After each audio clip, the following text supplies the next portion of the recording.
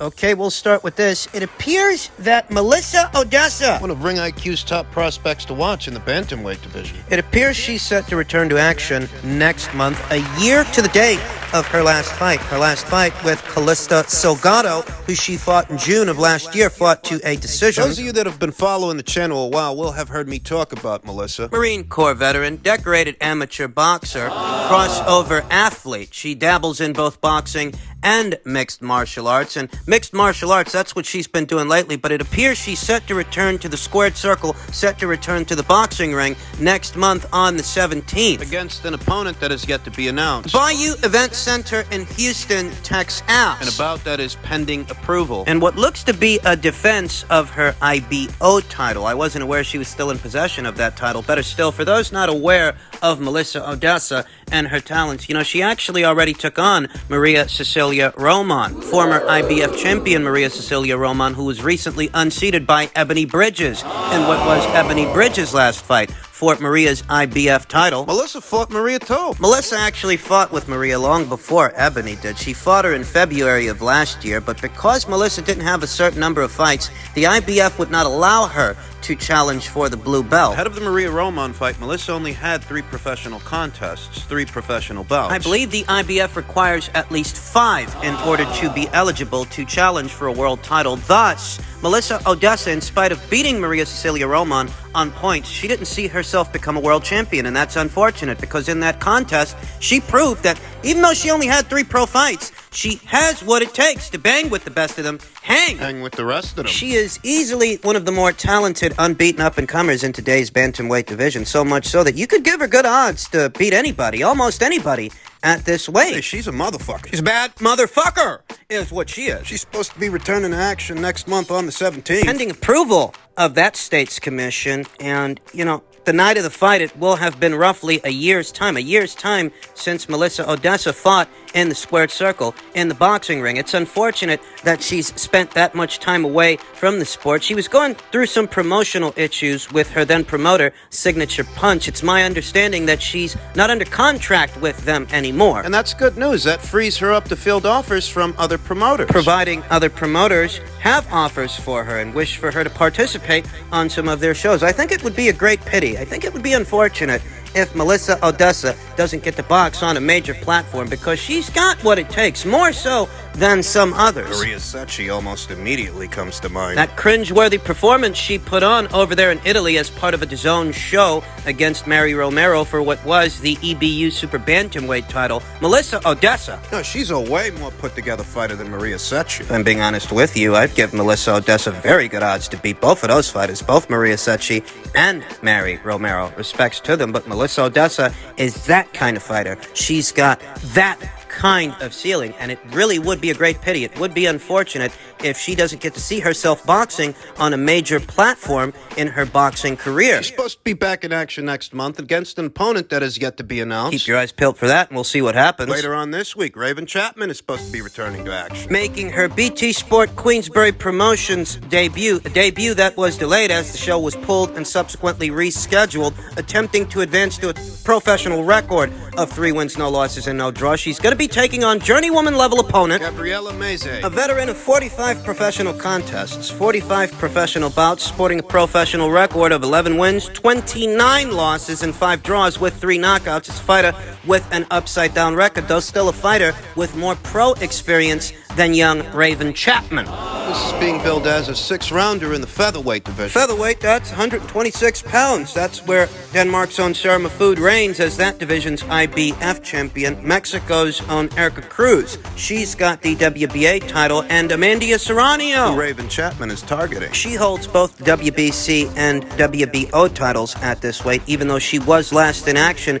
in the lightweight division against Katie Taylor. She does still reign as this division's unified champion, and who knows what the future holds. There are talks of a rematch between Katie and Amanda, and we'll see if that rematch gets over the line. For the time being, Amanda Serrano still is a champion at 126 pounds. So she remains a person of interest for any unbeaten up-and-comer looking to make a name for themselves. Any unbeaten up-and-comer in today's featherweight division, like Raven Chapman, who will be in action this weekend. You know, Raven was quoted as saying Amanda Serrano is someone we've always had our eye on. With good reason. She is one of the more familiar faces and familiar names in the sport. She's a decorated fighter. And if you're a featherweight, she's the biggest name in the featherweight division, holding 2 alphabet titles for an unbeaten up-and-comer to fight for. It's not a coincidence that Raven's looking at an Amanda Serrano fight, that it's something that she might aspire to, though I do question as to whether or not that fight will happen, because by the time that Raven's ready to fight for a title, who knows what Amanda's going to be doing? Raven Chapman, talented young fighter that she might be, she only has 2 professional contests, 2 professional bouts. It will take substantially more experience to prepare her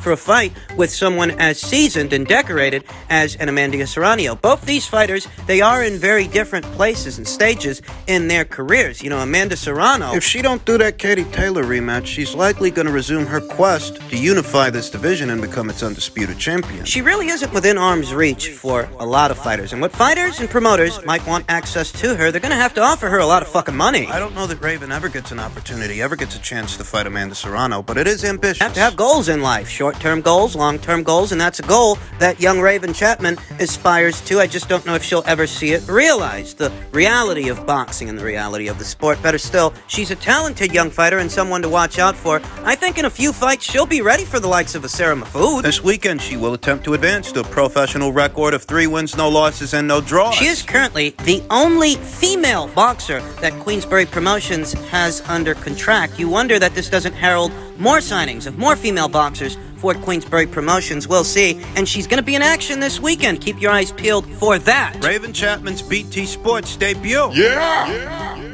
In other news, I'm sure most of you have heard by now, yesterday it was announced that Jaime Munguia, former WBO junior middleweight champion turned middleweight contender, will be returning to action early next month on the 11th against Jimmy Kelly. This news was met with widespread criticism. I'll tell you why. Why? It's bad enough that Golden Boy Promotions pulled Jaime Munguia out of a WBC eliminator with one of their top contenders, Carlos Adames. It's bad enough they pulled him out of that. It's bad enough they threw the monkey wrench in the proposed Jamal Charlo fight that Showtime was willing to foot the bill for. They were willing to pay for that, and they wanted to bring Jaime over for that fight.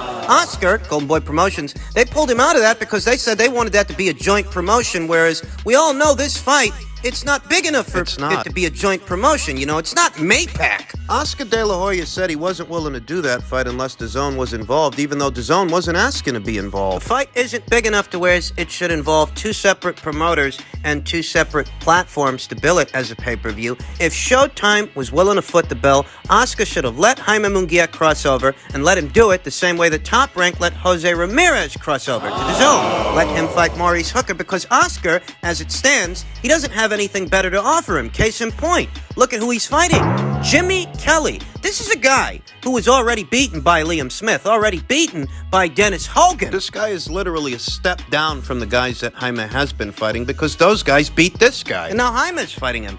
Oscar De La Hoya and Golden Boy Promotions pulled Jaime out of negotiations for a potential Jamal Charlo title fight so that he could fight this guy in June. Who is this guy? Is this a bigger fight than the Charlo fight would have been? No, it isn't. Can we say that this is a better opponent choice than Jamal Charlo? No, it isn't. Can we at least say that this is a bigger money fight than a Jamal Charlo fight would have been? No, it isn't. You know, Jaime's not a fucking baby. The guy's 25 years old. He was a former champion at junior middleweight. He had several successful title defenses there, but as a middleweight, his career has been abysmal. You pulled him out of a Carlos Adames final eliminator and a Jamal Charlo title fight for this. The guy's 1 fight away from having 40 professional contests. 40 professional bouts. Don't you think it's about time you let the guy go out on his own? If you don't have anything better to offer him on your own side of things, don't you think it's about time you let him fight the big fight? I mean, listen, I get it. All these promoters are doing it. As far as all these promoters, they would all prefer to keep everything in-house and have full control of the board. That's not exclusive to any one promotional outfit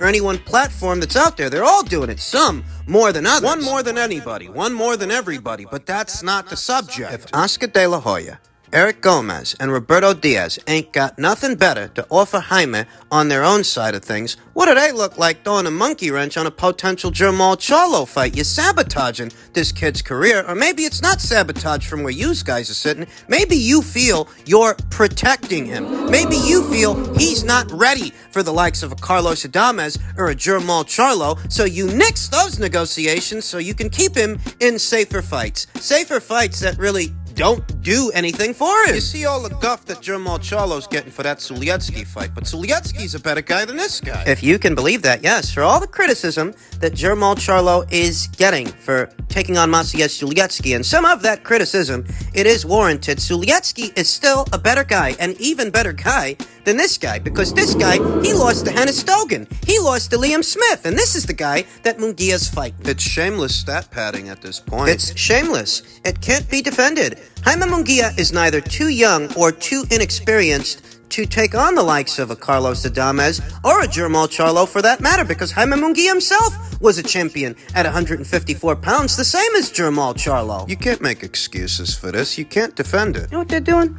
Seems more and more like what they're waiting for, what they're up to. Right. They want all the guys, the established guys in the middleweight division, to move up in weight. They're not willing to gamble Jaime Munguia losing to one of them. They'd only gamble him losing to the likes of a Gennady Golovkin or someone of that stature. But a Charlo, an Andre, forget about it. Forget it. To them, it's not worth it. So what they might be doing at this point in the juncture, they know the middleweight division is in a transitional stage, a transitional period, to where Jermall Charlo could very well move up to super middleweight very soon. And his green belt, it could go vacant. These guys want to be there to catch it if it does. They don't want to win it from him. Want to wait him out. Demetrius Andrade has already moved up in weight, provided that Jermall Charlo wins or loses that Suliecki fight. He's on schedule to follow him up there, to move up to super middleweight, at which point Jaime Munguia might then start vying for a world title, as it will be a lot safer without those fighters in that weight class, in that division. That's the lens I think the people at Golden Boy Promotions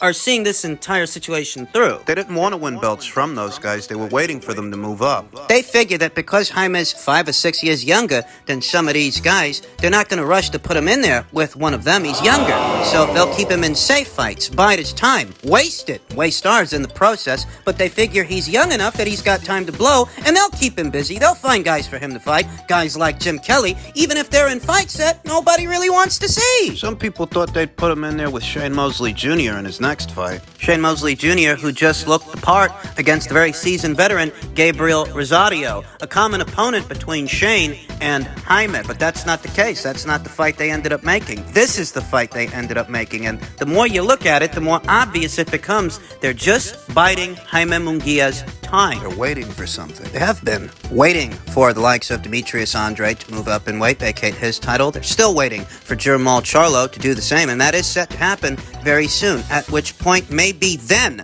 they will allow Jaime to fight for an alphabet title of some kind, preferably the green belt. They all know damn good and well that Mauricio Suleiman would love to put that green belt in a Mexican fighter's hands. So let's not waste each other's time here. Let's not beat around the bush, and let's not be coy with each other. We all know there's an avenue of opportunity there to see Jaime Munguia become the next WBC middleweight champion without actually having to deal with Jermall Charlo. Where's Carlos Adames in all of this? Oh yeah, he might be a PBC fighter, but he don't get treated like one. Case in point, Maciej Suliecki, random Polish guy, is getting a title shot ahead of the PBC fighter that has a cushy spot in the WBC's ranked standings. It's painfully obvious what's going on here and what's been going on here. In other news, per a tweet from Michael Benson, I'm sure most of you have heard by now that Josh Taylor now looks set to stay at super lightweight and defend his WBC, IBF, and WBO world titles against WBC mandatory Jose Zepada next, as Top Rank's Todd Duboff has revealed that this fight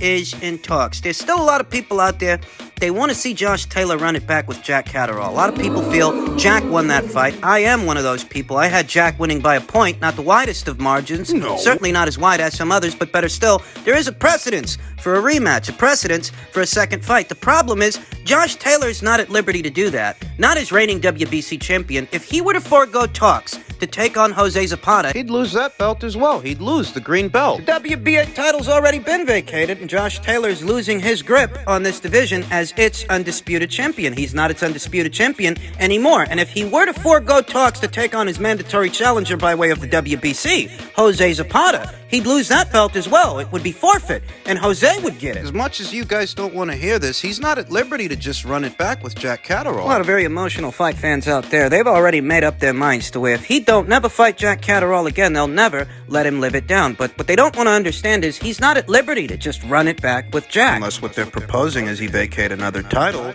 in order to fight that guy again. That must be what they want underneath it all. That must be what they're looking for, because that's what he'd have to do. And it's not like Jose Zepada is exactly a step down from Jack Catterall. If anything, he's a step up, because Jose Zepada, unlike Jack Catterall, he's fought a lot of the somebodies at this weight. He took on Ivan Baranchyk in a Fight of the Year candidate, several knockdowns in that fight. Jose had to pick himself up off the deck several times himself in that match, but he won it in a knockdown, drag-out brawl. He very recently dished out Josue Vargas. He knocked that guy out in the first round and gave him his first professional loss. As much as you guys don't want to hear this, running it back with Jack Catterall at this time, it's really not an option. And it's not like Jose Zepada is some kind of walk in the park for today's Josh Taylor. Fighting Jose Zepada in a mandated WBC title fight is not the path of least resistance. And it's not a foregone conclusion that Josh Taylor wins that fight. Jose Zepada, like Jack Catterall, like Josh Taylor, he's a southpaw. And what we've been seeing fight by fight is that Josh Taylor don't always look so spectacular